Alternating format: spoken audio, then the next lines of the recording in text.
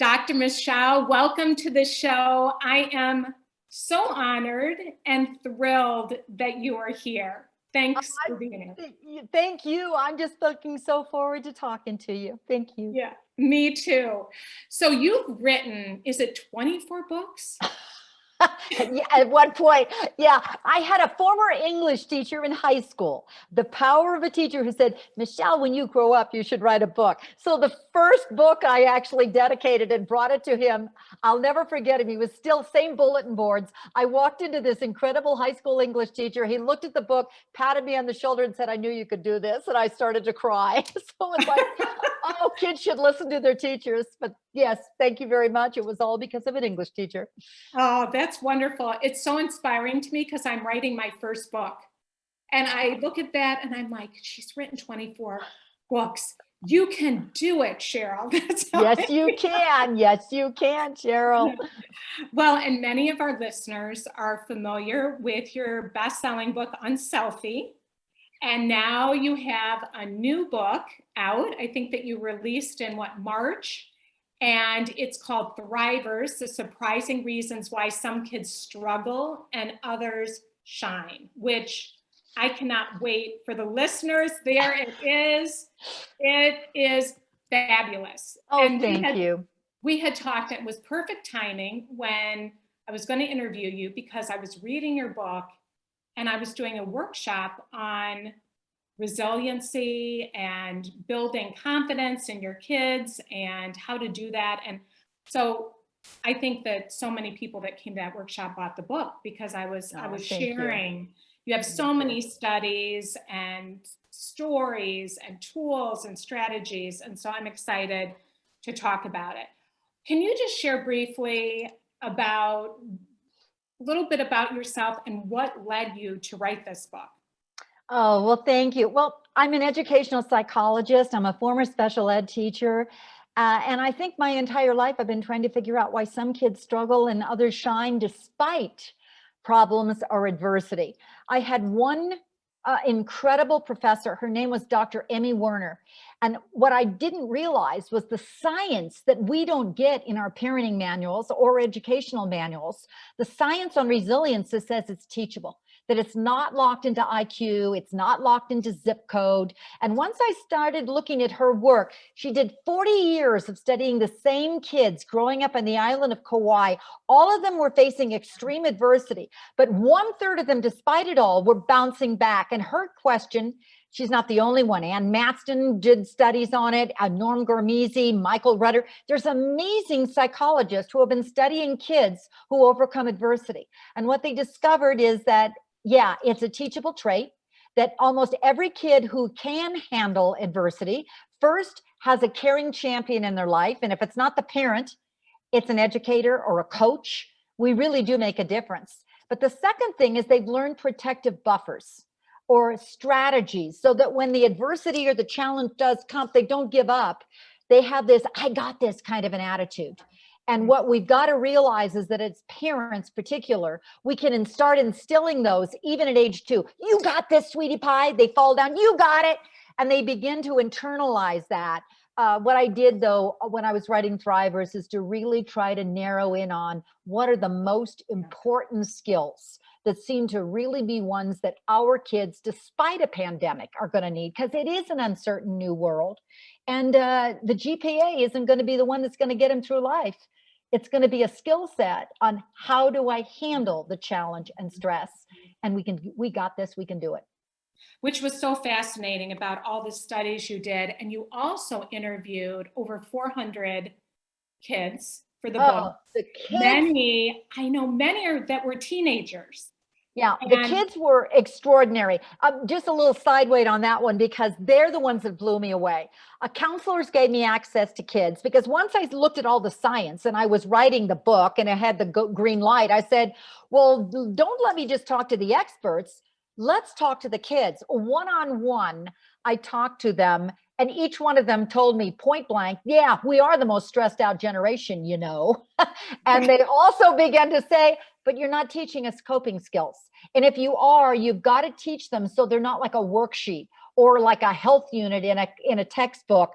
We've got to practice them. As one kid says, we got to make them into habits so we can use them without parents. And another middle school girl said, yeah, and don't just go giving us koosh balls. You can't go walking around with a koosh ball any place, anytime. We got to be able to figure out the strategies that are going to help us any place, anywhere, because that's what today's generation needs. Oh my gosh, they confirmed every bit of research, but they were brilliant.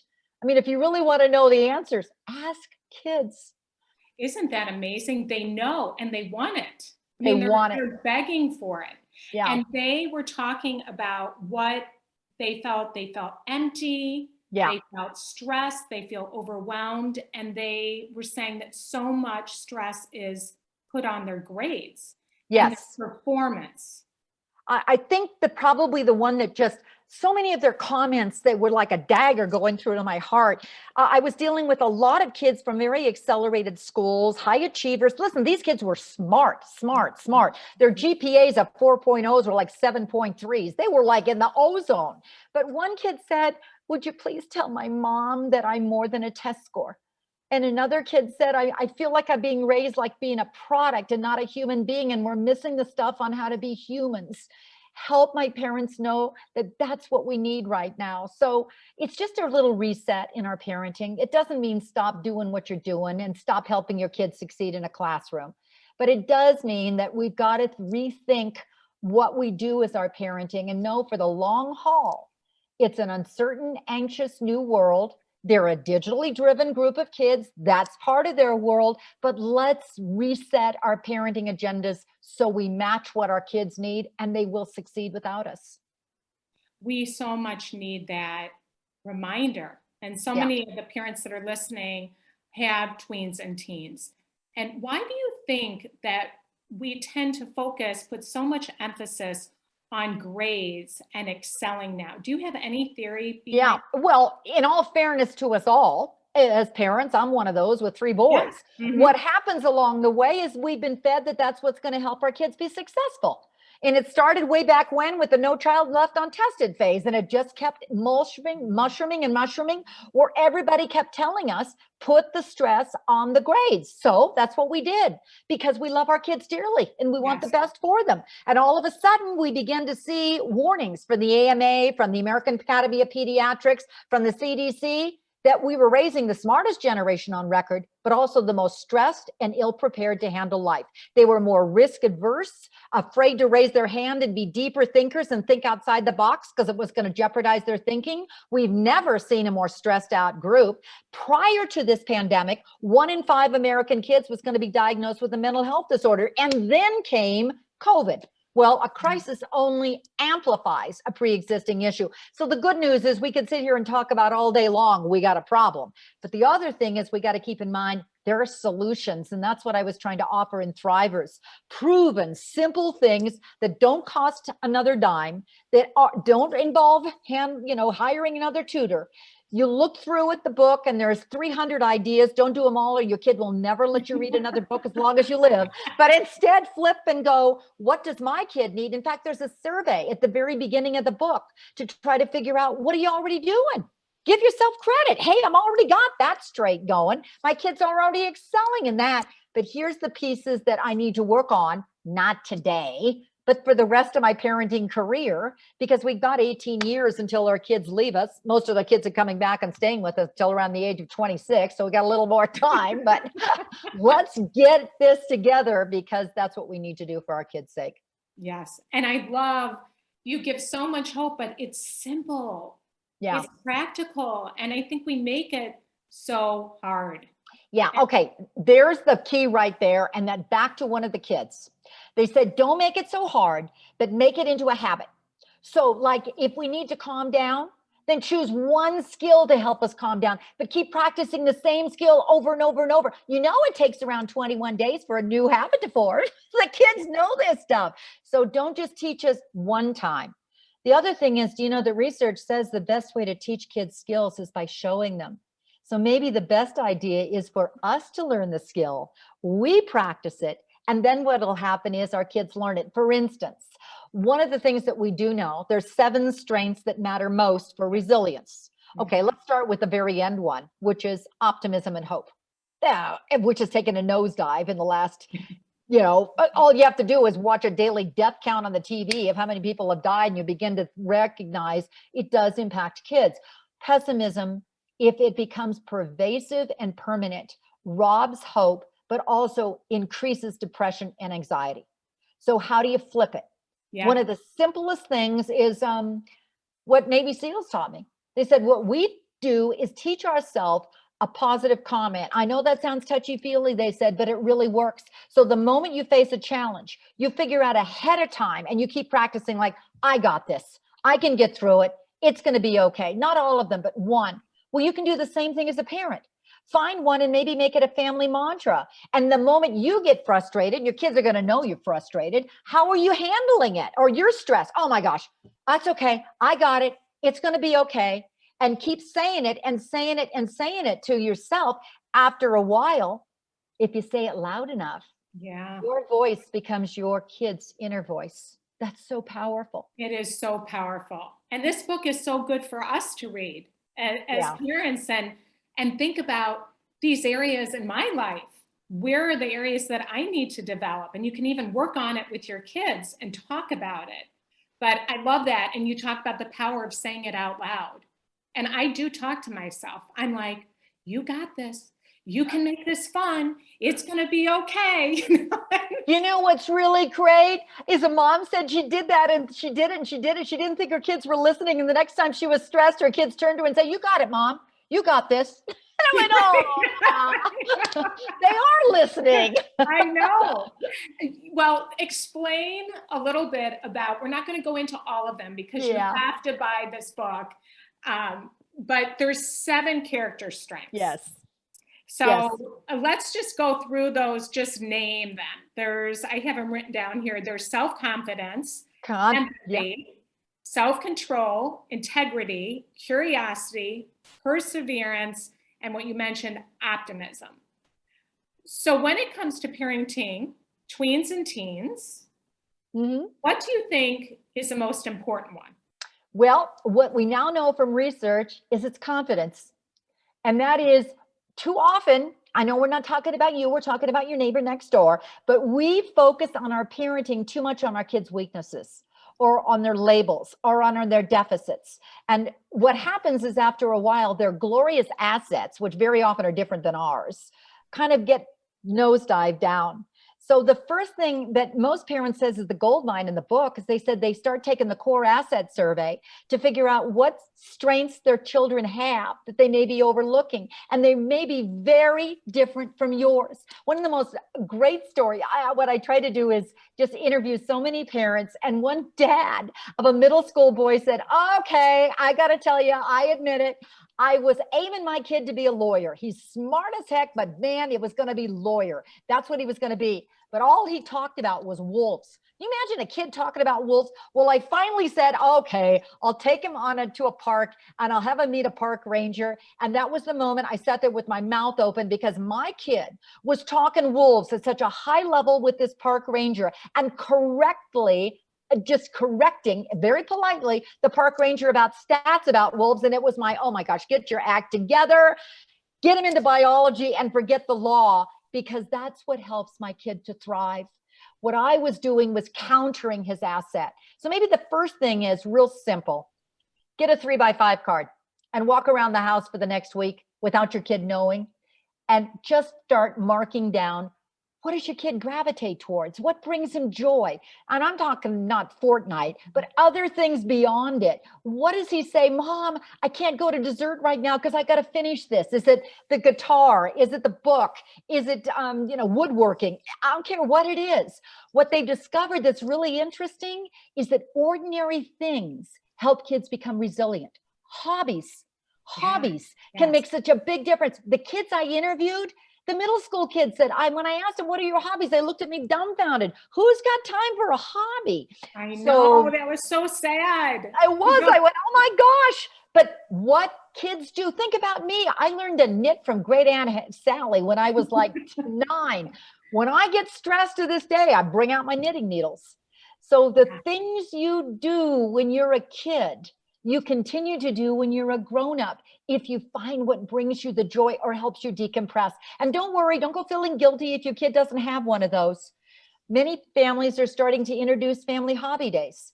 Maybe they can get, grandma to do baking lessons on Zoom, or they can do great at it. Sally can do knitting lessons or woodworking lessons or guitar lessons. Or, when your kids get a little older, the tweens and the teens, find another kid who has the same interest as your kid. And maybe you can bond with that other mom and say, let's get them in the same class or in the same Zoom together, because kids gravitate towards one another. But don't take that hobby time away from your child, because the number one time when our kids are most likely to drop out of school, get ready.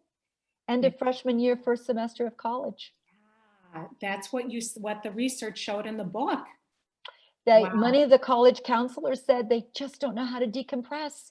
And when they get hit with the overwhelming, their first B, or they can't get along with a roommate, too often we bubble wrap them, or we've solved the problems for them and they don't know how to get along with their own. So anyway, that's a beginning thing is ordinary things can make an extraordinary difference.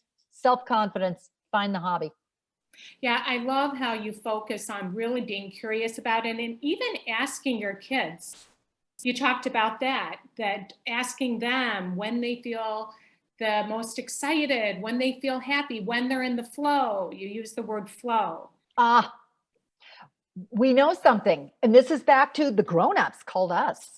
When University of Chicago watches us, particularly in our workplace, when do we really have the greatest amount of attention?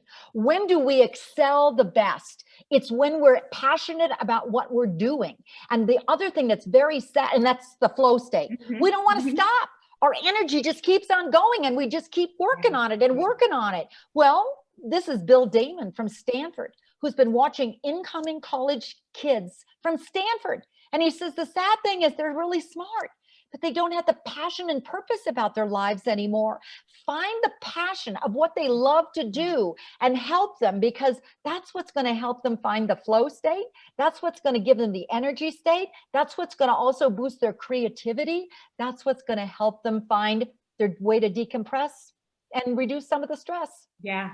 So exciting, like things that we can do that are going to make a difference. Yes. Like there's so many different things. And even you talk about, and I thought about adolescence and the importance of the question that they're all asking is, who am I?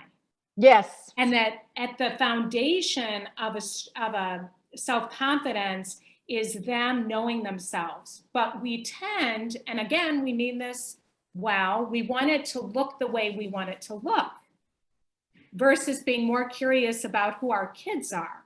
Yes. And you talked about the girl that played, I believe it was the violin, and she loved the violin so much, but she didn't have enough time because she was overscheduled doing other things. Yes. Do you know that our most gifted and talented kids give up their gift and talent at age 13? Because the University of Chicago, again, tracked them. They looked at the gifted and talented kids based on who the teacher said, that kid is clearly gifted in art or science or violin. And then they discovered that the kid gives up that talent because they don't have enough time to practice it. So another simple thing, check the calendar. Just look at your kid's calendar. Can you cut one thing? Too often we schedule. Are you making time to put in, and maybe ask your kid, what's the thing that you love to do the most? Of everything, what's the one thing you want to make sure you keep on the calendar? And then you can look at, is there one little thing maybe you can cut off the calendar? Because thrivers focus on who. They know who they are. They have a strong sense of positive identity. They accept their weaknesses. They know their strengths. And as a result, they can thrive. And when push comes to shove, they use those strengths in order to help them handle the strength, the challenge, of the adversity. Yeah, I love that. So good. And also not underestimating, I was listening to your podcast interview, Audrey Monk. Oh, I love Audrey. Yeah, that was so good. And she was even talking about if your kid has humor.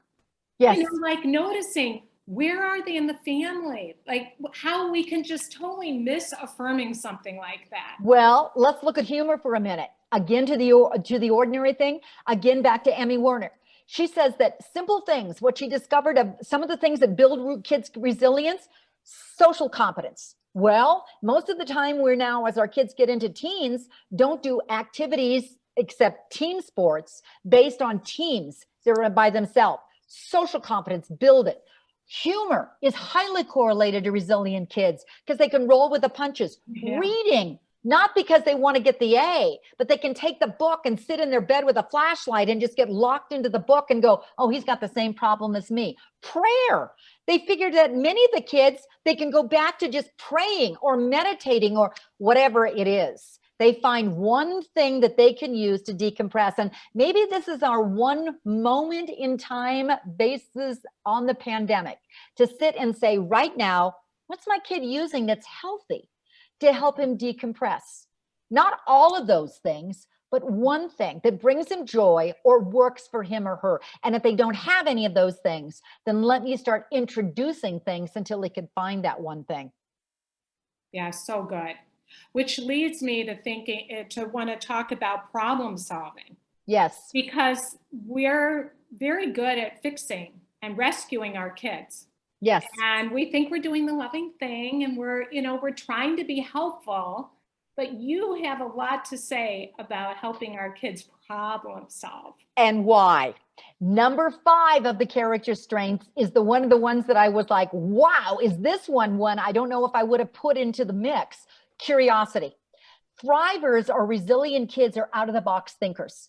Oh, they're open to people and they're open to ideas. And so when the adversity or the challenge comes, and it will to every kid, they don't give up.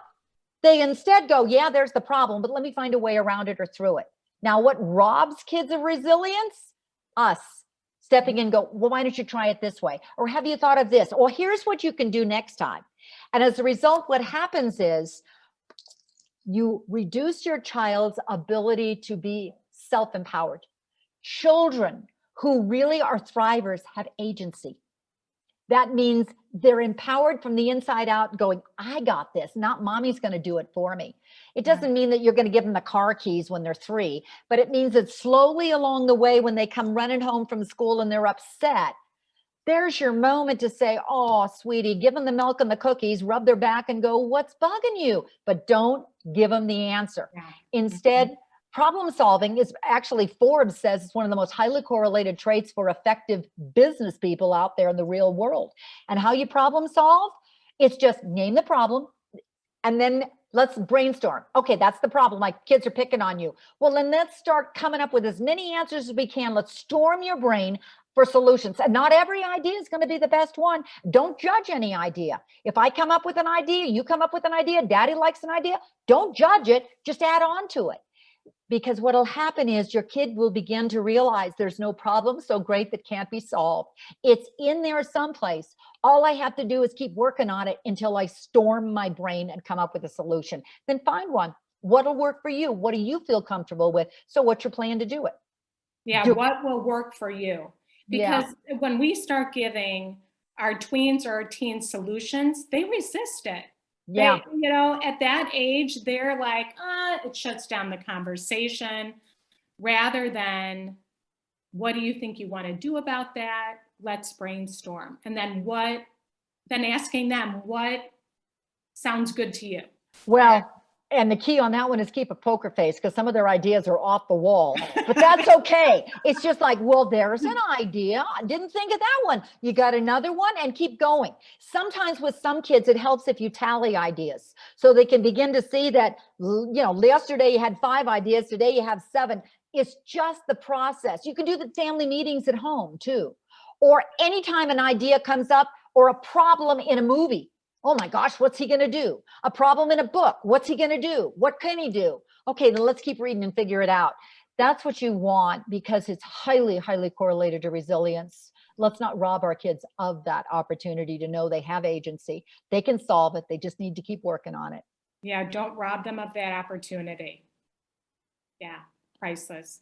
Let's just briefly talk about empathy. Teenagers, the statistics are staggering that they're Yeah. lacking empathy. Why is that? What can we do? Well, along the way, this was University of Michigan, and it was one of the reasons I wrote on selfie and why it's number 2 in as a character strength in thrivers. They began to see over the last 30 years that American children's empathy levels have nosedived 40% in 30 years. That means empathy goes down and self-absorption goes up. Now, why? A lot of reasons. And it's not one thing, because we always want to point to the smartphone. We do know that the longer you look down, and tweens told me over and over in the interviews, we're really good at texting. We're more comfortable texting. We're not as comfortable talking. What is empathy about? It's looking face to face at the other person and realizing the other person exists, and that doesn't help if you keep looking at a flat screen.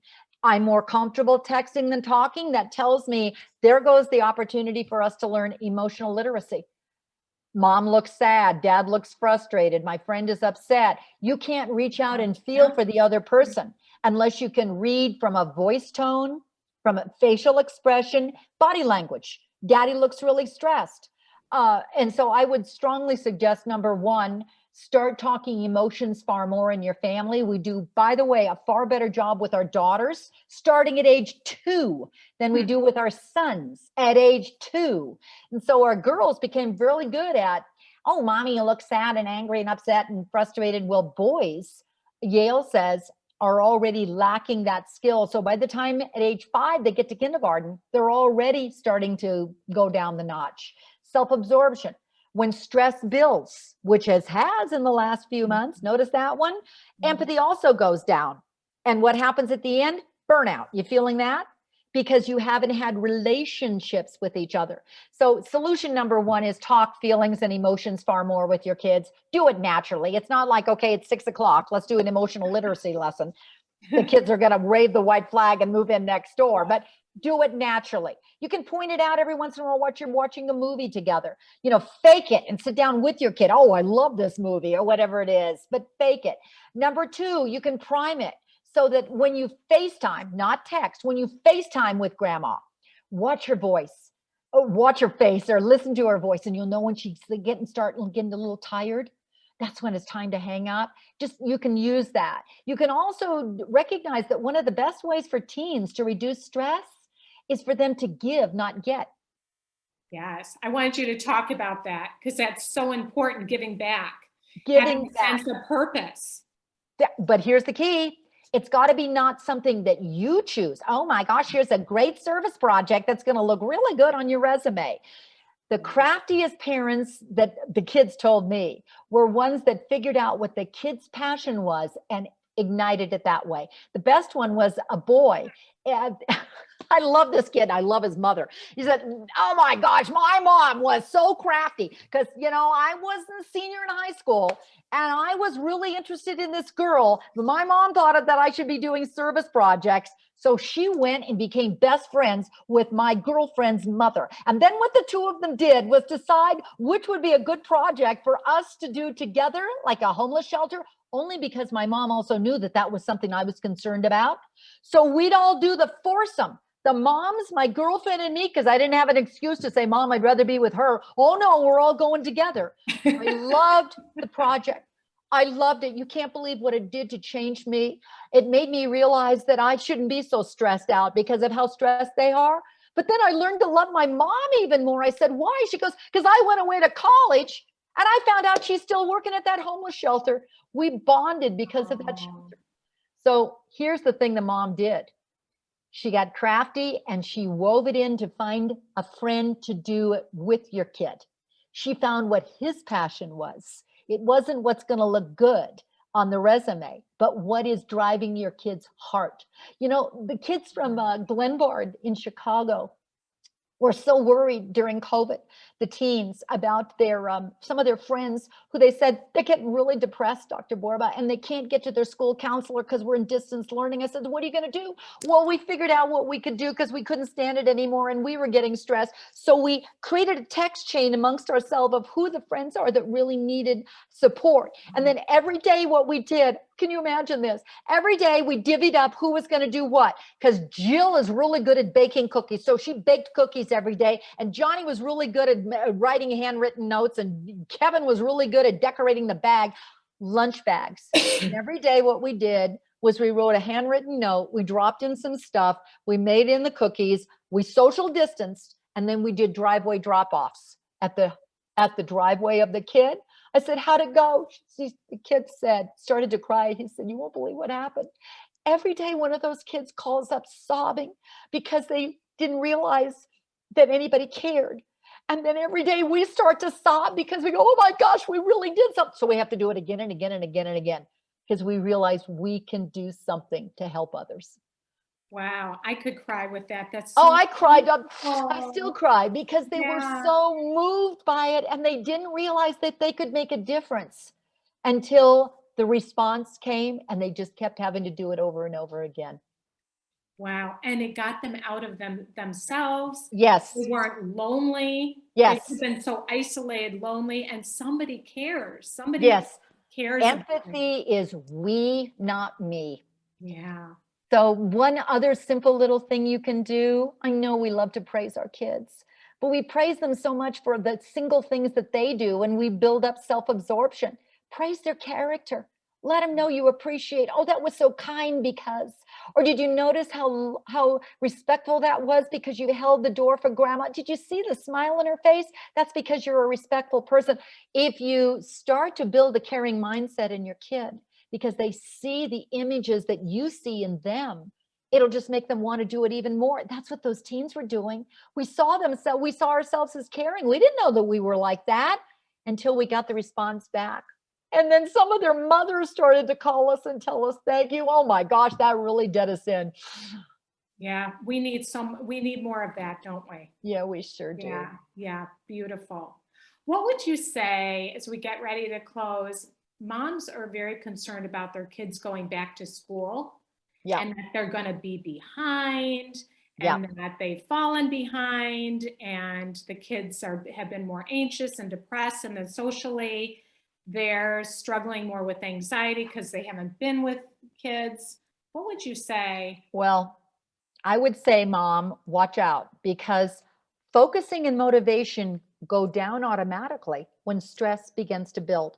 If you looked at what the CDC is telling us, our kids are in an absolute perfect wave right now for depression and stress if we don't realize it. Anxiety, stress, loneliness are all increasing. So what do? You prioritize mental health. The rest will come. You let them know, I'm here for you. You let them know, hey, when you go off to school, the grade is not the thing I'm worried about the most. Yeah. Yeah. Enjoy yourself, sweetie pie. Maybe it's helping your kid practice right now the social skills that he hasn't had a chance to practice. Do you know the three most highly correlated traits that teens use? They wave, they say hi, they make good friends. And we haven't been able to do that because we've been wearing masks. You can smile with your eyes. Take them off to when you're on a walk or you're going to the supermarket. You start modeling, hello, hi, how are you? Because many of the kids, particularly introverts, said they're so anxious about going back to school. Please make sure that your kid has at least one buddy, somebody. Yes. Mm-hmm. On a phone number that he can contact, because the biggest concern of your kid is not their GPA. Right now is, who am I going to sit next to during lunch? Who's going to say hello to me? And I warn you, what's happened is that we know, and counselors are telling me, that all those groups that our kids used to be with, many of them have disbanded and there being new groups. Bullying is starting to rise. Can you find one buddy? It doesn't have to be a best friend for your kid. Just one friend that your kid can knows who it is or can walk to school with. Just say to your kid, this is not going to be your best friend for life. It's just your connector.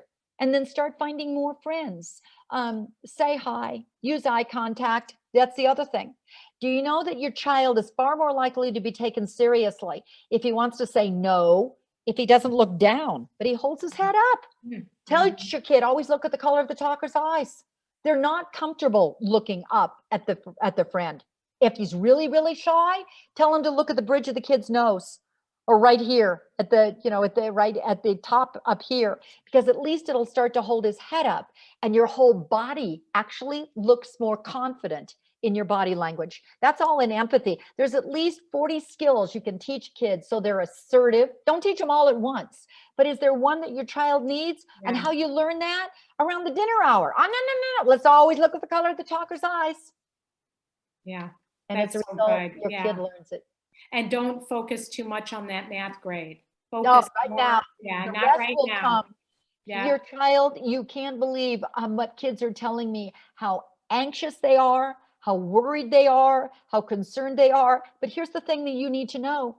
They don't want to tell you those worries because they don't want to disappoint you. Yeah. So let them know you're there for them. It's going to be okay. You got this, sweetie pie. I'm here for you. That's the kind of thing. When I ask kids, what do you want your moms to say to you more? I love you for who you are. You got it. No matter who you are, you'll never disappoint me, sweetie. Those are the kind of things like I go, oh God, but that's what we need to hear more. Not like what you get, but thanks for being who you are. Yeah. And focusing on those positive versus the negatives. Yeah. That brings some fun into your home. Play music, do whatever it takes. Dance. Lighten the load. Put the comedies on. Those are the things that laughter is actually one of the greatest gifts to be able to reduce our stress. That's another one. Little ordinary things make extraordinary differences. Resilience is teachable. Thrivers are made, not born. It's not a program, it's a process. And it's a combination of simple little skills that I was trying to do when I was writing Thrivers of here's the things that keep coming up in science. And they do make a difference. GPAs are important. And I'm not saying stop helping your kid be successful in school, but you need a different skill set if you're going to really be able to handle life together.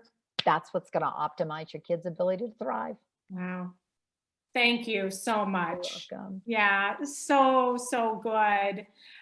You just shared so much, and I think every parent needs to get this book. It's such a good book for educators too, to be focusing on these things in schools. And I know that you're going around to different schools and sharing this, and I so appreciate your work. Oh, thank you. I mean, it was like amazing. I just got an email from Newport Mesa. They bought 600 copies of the books for their teachers.